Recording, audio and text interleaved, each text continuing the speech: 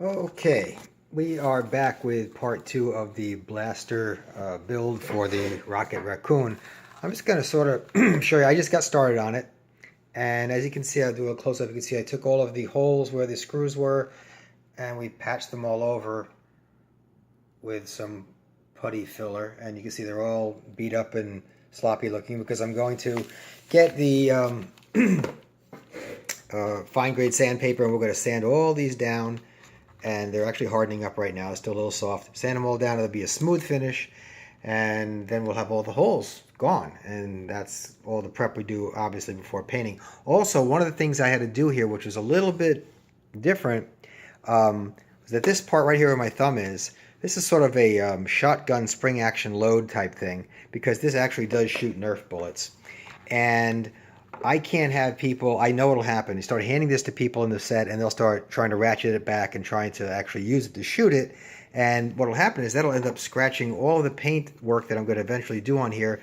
And all you'll see is blue scrapes on here. So I actually took some Loctite glue, super glue, and glued it home. This is actually glued in place. It can't slide. You can see part of the slot here. I'm going to fill that in with some gap filler, but it won't move and slide. So that's one of the things. You have all these mechanisms in here. It was a working Nerf gun, but we can't have it as a working Nerf gun. First of all, I don't want people to shoot anybody on the set, start poking eyes out. Number two, I don't want anybody even moving it, because moving parts on a prop scrapes up the finish. That's the bottom line. I did the same thing. Can't see very well, but there's a trigger in here, obviously. The trigger, somebody would be constantly wanting to pull, and pull the trigger. So I literally super glued the trigger down in its place so it can't be pulled.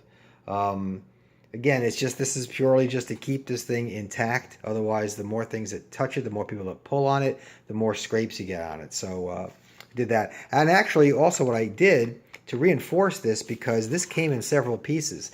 The blue gun piece you see came in one piece, but the purple and blue handle, as well as the purple kind of this cover here, were all separate, and they all kind of clipped on. I'm going to hold it here so you can see it better. They all kind of clipped on, but they clipped on and they were very kind of wobbly. They had a lot of give and play to them, and there's going to be a lot of people touching this. So I literally super glued right at the seam here. You can see the super glue where I glued it on. So that way this curved handle is now attached to the entire gun. And I actually super glued the pieces here. You can see it kind of sloppy looking. That's all going to get cleaned up and buffed out with sandpaper. So it's all now glued together, so this is one big solid immovable piece. This is on nice, and this doesn't, it vibrates if I smack it around, but this is a solid piece now. This is all solid into here, and of course this will not ratchet back, so it can't move and we can't pull the trigger anymore.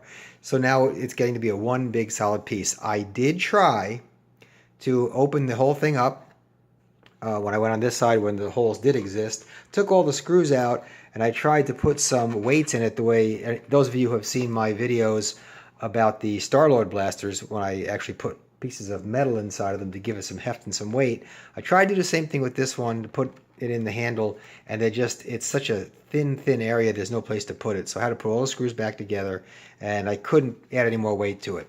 Quite frankly, though, this has a lot of mechanism in it from its former ability to actually shoot Nerf bullets, so it's actually got a little bit of heft to it. I wish it was a little heavier, but that's okay.